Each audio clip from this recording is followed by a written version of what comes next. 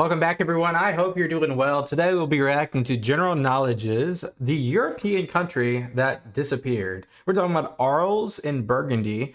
These countries existed in the middle of Europe, I do know this, and part of the Roman Empire, the Holy Roman Empire. I don't know too much more about that. They disappeared. They went away. I think there's an intro here, kind of like skim through to kind of see how the intro was. We're going to pass the intro, get right into it. You're here with me for the first time. This is what we do. We learn. So let's jump right in. Disappear. You're probably familiar with my voice. It's Gil, and welcome to kind of just disappeared. Hi, my name is Gil, and welcome to General Knowledge. While you're probably familiar with my voice, it's likely the first time that you're seeing my face. I've decided to start using it in videos. Maybe after 7 years, it's time to switch up the format a little bit. So here we are. Other than that, it's business as usual. My face is just going to be around a little more. And I'm also going to focus on a little more niche topics like this one. Instead of presenting you with a list of X countries that didn't exist, I'm going to focus on a specific one. And I think this really allows to have more of a very interesting, dedicated, geographic or historic story to tell. But now let's get back to that missing country. When you look at a map of Europe around the year 1000, you can find some countries that exist today, like France, Poland, England, or Denmark. Yeah. At the same time, you can look at places and see some countries missing, countries that didn't exist yet at the time, but exist now, like Portugal, Belgium, or Switzerland. But oddly, in those medieval maps, you can also often find countries that used to exist, but don't anymore.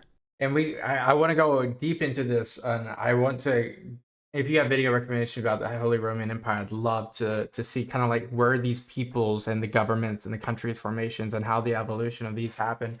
For example, Bohemia turns into the Czech Republic, the Czechoslovakia to Czechia. So like it's so interesting. So let's keep watching. One of them is here on this map, and it's the Kingdom of Burgundy, also known as the Kingdom of Arles, and it's a pretty sizable country in the middle of Europe. So what happened to it, and how did this European country just kind of disappear? The Kingdom of Burgundy was formed around the year 933, and it lasted all the way until the 14th century. From the 11th century onwards, it was also known as the Kingdom of Arles, chosen after its city of Arles. I don't know if it was the capital, but it was at least an important city in the kingdom, and they chose this name to differentiate it from other Burgundian entities that existed a little further north. And a little further ahead in the video, I will explain them and sort of allow us to understand the difference between them, even though they shared this same name. The origin of this southern kingdom of Burgundy was the merger of two other kingdoms, Upper and Lower Burgundy, in that year of 933 by King Rudolf II. And we see so many different countries that use this upper and lower in Eastern and Western terminology just to differentiate the kingdom. And usually what happens is there's family members or close friends where this kingdom is divvied up to. Its territory took up parts of what is today southern France and Switzerland, including key cities like Nice, Marseille, Vienne, Lyon, Genève, Besançon, and Basel. It stretched from the Mediterranean sea shores to the high Rhine River in the north, and until the year 1032, it was ruled by the independent kings of the elder House of Welf, until the year 1033, when it was incorporated into the Holy Roman Empire as one of its constituent kingdoms, along with the Kingdom of Italy or the Kingdom of Germany at the time. But by the mid-13th century, remaining within the Holy Roman Empire, it lost all of its relevance, and eventually it's I'm sorry for pausing, but just look at that. Look at all those small kingdoms and little states, or whatever you want to call it. That is just, it's a mess. It's honestly a mess, but it's interesting. Title of kingdom. And while Germany and Italy went on to become their own countries, even though it was centuries and centuries later, this one, the Kingdom of Burgundy, did not. So why?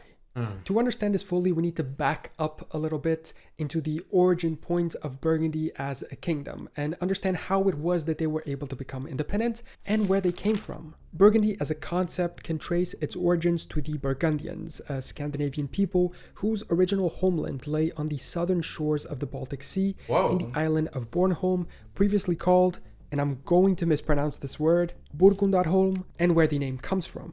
From the 1st century AD, they began moving into continental Europe, eventually settling on the border of the Western Roman Empire and That's a long migration. There's so many migrations in this time period. even beginning to serve as auxiliaries in the Roman army. When that Western Roman Empire began to collapse, they decided to form their own kingdom, and by the 5th century AD, they were pretty powerful and independent in their own right, stretching to the west bank of the Rhine River and focusing around the region that we went on to know as Savoy. In this map showing barbarian invasion routes into Europe, we can see the old Burgundian kingdom in orange, slightly north of where the medieval kingdom would come to be. And the next step in our story is precisely related to those barbarian invasions. This region of the ancient kingdom of Burgundy was first conquered by the Franks and went on to be ruled by Emperor Charlemagne within his Carolingian Empire. I think they arrived around the year 534. And the pathway from that imperial province to the independent kingdom can be defined through one word: partition, partition, partition. I'm going to try to summarize it as quickly as possible. Charlemagne's son, Emperor Louis, divided his empire between his 3 sons when he died. It was called the Verdun division. And this is exactly what I was talking about earlier, to be divvied up between family members. One of them, Lothair I, took Middle Francia, which included the Burgundian kingdom territory. West Francia took the lands to the Is it Francia or Francia? west, what we identify as France today, and East Francia took those to the east, reaching into what is today Germany. After Lothair died, his own territory of Middle Francia was also split into 3 among his sons. 3 additional kingdoms were created from that partition: Lotharingia, stretching from the Netherlands to Switzerland, Italy in the north of the Italian peninsula, and Provence, which comprised the Burgundian kingdom territory. But guess what? After the son that inherited Provence died, his uncles, the rulers of West and East Francia, decided to go ahead with another partition, but this time among themselves. Even though they did that, eventually... All right, we're going to have to stop right there. I apologize. And this is just my own ignorance. What does partition mean? Partition. Let's see what we got.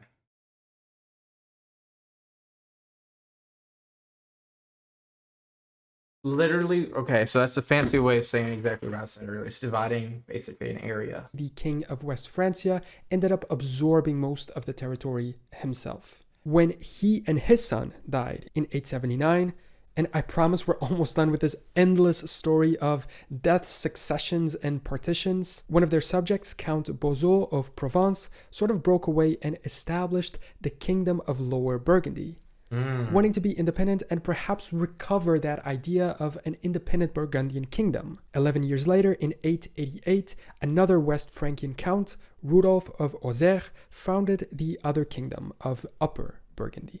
In this map from the Carolingian Empire, we can see the 2 kingdoms still separated, and later in the year 933, the 2 of them merged as a part of a political compromise and formed a unified Kingdom of Burgundy, or Kingdom of Arles.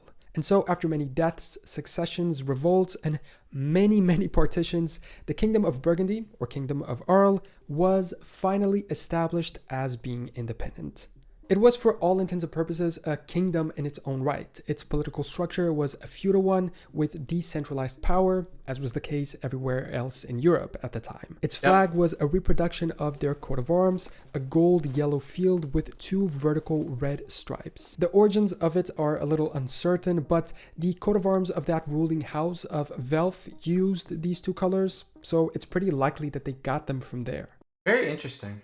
They were, of course, like all others around them, a Catholic kingdom, highly influenced by the Pope. And in fact, the Catholic Church was one of the major landowners in the kingdom. And of course, because of that, had a lot of extra influence within it. It's pretty difficult to estimate how many people were in the kingdom, but if we look at similar cases and also look at the territorial evolution of that region along history, I think we can estimate around 1 to 2 million people, maybe. The culture of those inhabitants was influenced by the broader medieval European one, German, French, maybe even a little Italian, and those Scandinavian origins were at this point seemingly left behind. They spoke Romance languages, maybe early forms of French and Provençal, and that also early Burgundian language had at this point either disappeared or merged with these local idioms. In fact, it seems that the Burgundian legacy only remained in a few nobility customs and in the name, of course, and wasn't really a part of the day-to-day life of the local people,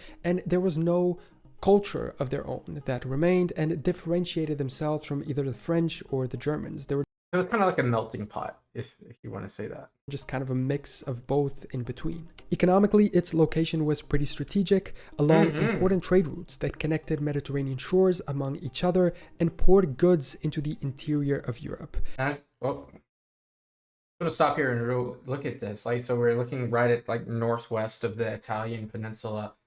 That is just a huge strategic advantage, especially you have the warm waters in the Mediterranean, but you also have the you're right at the cusp of the Italian peninsula, but you're in the middle between I guess it depends on what year we're looking at right here, but like the Francia areas, it's just, yeah, super strategic. So I'm wondering like how it went away. Mediterranean shores among each other and poured goods into the interior of Europe.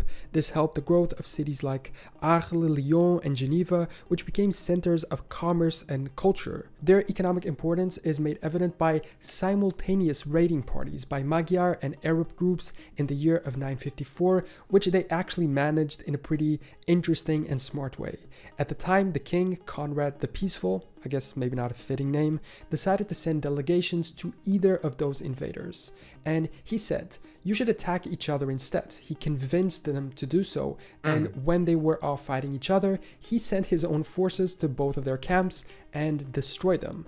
Not very peaceful. A pretty smart move. This king, Conrad, was the son of Rudolf II, the one that unified the two kingdoms, Upper and Lower Burgundy. And they were two of only three fully independent kings of Burgundy because Conrad's son, Rudolf III, was forced to give up the kingdom after he died to the Holy Roman Emperor, and this was around the year 1032 or 1033. What happened was the Holy Roman Emperor at the time, Henry II, wanted to annex Burgundy into his empire. The Burgundians knew that they didn't really stand a chance from a military point of view, and so they said, don't invade us, and we'll make a deal. When our king dies, the succession will transfer the ownership of the kingdom to you. Pretty smart. And he accepted. And so when Rudolf III died, especially with no heirs, the kingdom was transferred into the Holy Roman Empire Emperor and incorporated into the empire. But don't get me wrong, the local nobles and local people still enjoyed a good degree of autonomy from there onwards, as was the case with most places of the Holy Roman Empire. Even though from that moment onwards the emperor held the title of King of Arles, very few went on to be crowned at the local cathedral. I think the most iconic of them was Emperor Barbarossa, who in 1178 went to receive the crown from the local archbishop. And I think this actually shows something really important, which is that other than Henry II, who wanted to annex the kingdom, the other following Holy Roman emperors didn't really care about it. And while they held the title, there was no local Holy Roman prince or local king to develop the country. Are you sure though that they don't care about it, or is it that it was assumed that it's, going to be passed to us? Why do I have to make a big deal out of it type of way? Because the resourcing and the territory means something. And so the influence of Arles within the Holy Roman Empire began fading. At the same time, the French wanted to expand east and began stretching their influence and control over their territory. In 1365, Emperor Charles IV was the second emperor to be crowned at Arles after a nearly 2-century gap after Barbarossa. But this attempt to revive imperial authority within the kingdom failed. And so Charles decided to abolish the Kingdom of Arles, strip it from its title of constituent kingdom, and instead annex it to the other constituent kingdom of Germany, still within the Holy Roman Empire. And so the Kingdom of Arles lost its rank. To further prove how much the Holy Roman Emperor didn't really care about Burgundy and how they kind of recognized French authority over it, in the year of 1378, the emperor traveled to Paris and he awarded the son of the French king the title of Imperial Vicar of Burgundy. In exchange for what? Sort of recognizing and accepting that the French had a de facto rule over that territory. That had to have been given something though. It had to be some sort of quid pro quo. And slowly but surely, French control over the region was made official as they expanded further east. The title King of Arles remained a subsidiary title of the Emperor of the Holy Roman Empire until its dissolution in 1806, but by this point it was a title in name only. And so what was at the time arguably a major European country just faded. What website is this? This is pretty cool. I used one, I forget what it's called, but it's like a similar one of this. But this is really interesting UI. Away. But what about the Burgundian entities at the north that I mentioned earlier on in the video? Because roughly at the same time as the kingdom was coming to an end, that Duchy of Burgundy that existed within France started to flourish on its own. Located further north from the kingdom, the Duchy of Burgundy then evolved into what became known as the Burgundian state, whose name seems to be the only point of contact with the former kingdom, considering they were both initially located in the region of the old Burgundian lands. In 1363, King John II of France awarded the Duchy of Burgundy to one of his sons, and this began the rule of the Valois dynasty over that region. Through strategic marriages, inheritances, and conquests, the Valois dukes of Burgundy expanded their territories far beyond the original duchy, creating a complex and powerful state that stretched across parts of modern-day France, Belgium, Luxembourg, and the Netherlands. Some researchers and historians even point to this state as being sort of a predecessor to the future states of Belgium or of the Netherlands, but I think those claims are a little bit questionable. At its predecessor to the Dutch Republic. Peak, the Burgundian state was semi-sovereign, meaning it enjoyed a significant degree of autonomy while still nominally under the overlordship of the King of France and, in some territories, the Holy Roman Emperor, making it an interesting case of a country with two sovereigns depending on which part of it you were in. But despite this, the Dukes of Burgundy wielded considerable power, acting almost like independent monarchs. They developed a significantly powerful administration, a powerful military, and a vibrant court that rivaled those of the major European kingdoms. The state became a major economic and cultural center in Europe, particularly under Philip the Good and Charles the Bold. I love these names, the bold, the good. There's so many. I want to just get like a spreadsheet and just like list all the people that had like a title, blah, the blah blah. I think it'd be a funny exercise. They had a ducal banner displaying their coat of arms symbols, but also a flag in its own right, the famous Cross of Burgundy, which would later come to be used by Spain due to dynastic connections. However, the Burgundian state's ambitions eventually led to its downfall. Charles the Bold sought to establish an official, fully independent kingdom, which brought him into conflict with both France and the Holy Roman Empire. After Charles was killed at the Battle of Nancy in 1477, the Burgundian state quickly unraveled. Much of its territory was claimed by France, while other parts, particularly the Low Countries, passed into the hands of the Habsburgs through marriage. It's quite interesting how, despite being two different entities in two different places, these two Burgundian kingdoms and states went on to meet somewhat of the same fate, being attacked by the French or by the Germans, and ended up being annexed and disappearing due to those reasons. While the First Kingdom was the one that held the official sovereignty title for a little while, I would argue that the state of Burgundy was actually more de facto sovereign and more powerful than the other one. If either of them had survived with a little extra luck, we could have an additional pretty big country in the middle of Europe today. And who knows, if they both had survived, maybe down the line they would have even united, joining their Burgundian heritage, and we would have a country that would stretch from the Netherlands and the North Sea to what is today the south of France in the coast of the Mediterranean, reenacting and recreating what was once the territory of Middle Francia. Interestingly, during the Third Reich period and their occupation of France, Germany is speculated to have planned the re-establishment of Burgundy as a puppet state. I can see that. According to a third-party memoir, Himmler planned to create an SS state in the region of Burgundy with its own laws, army, government, currency, and its own embassy in Berlin. The state was supposed to have access both to the English Channel and the Mediterranean, and was going to include the old Burgundian possessions. Thankfully, they didn't have a chance to do it. An extra country in the middle of Europe would have been cool, but definitely not like that. Do you know of any other European countries like this? So I think that's it. But interesting, I like a huge blind spot for me is Burgundy, and a lot of these Holy Roman Empire entities that eventually join the Holy Roman Empire and eventually fade out. So Burgundy, if there's anyone that knows that's listening right now, what is the cause and effect of all of this to today? Is there much Burgundy heritage still today? Is there customs or traditions or heritage that is kept from these medieval times? Let me know. It'd be interesting to know. But thank you guys so much for watching with me and learning with me today. Like I said, always, if you have a video recommendation, please leave below. If you haven't already, hit that subscribe button. Peace out. I'll see you guys next time. Bye-bye.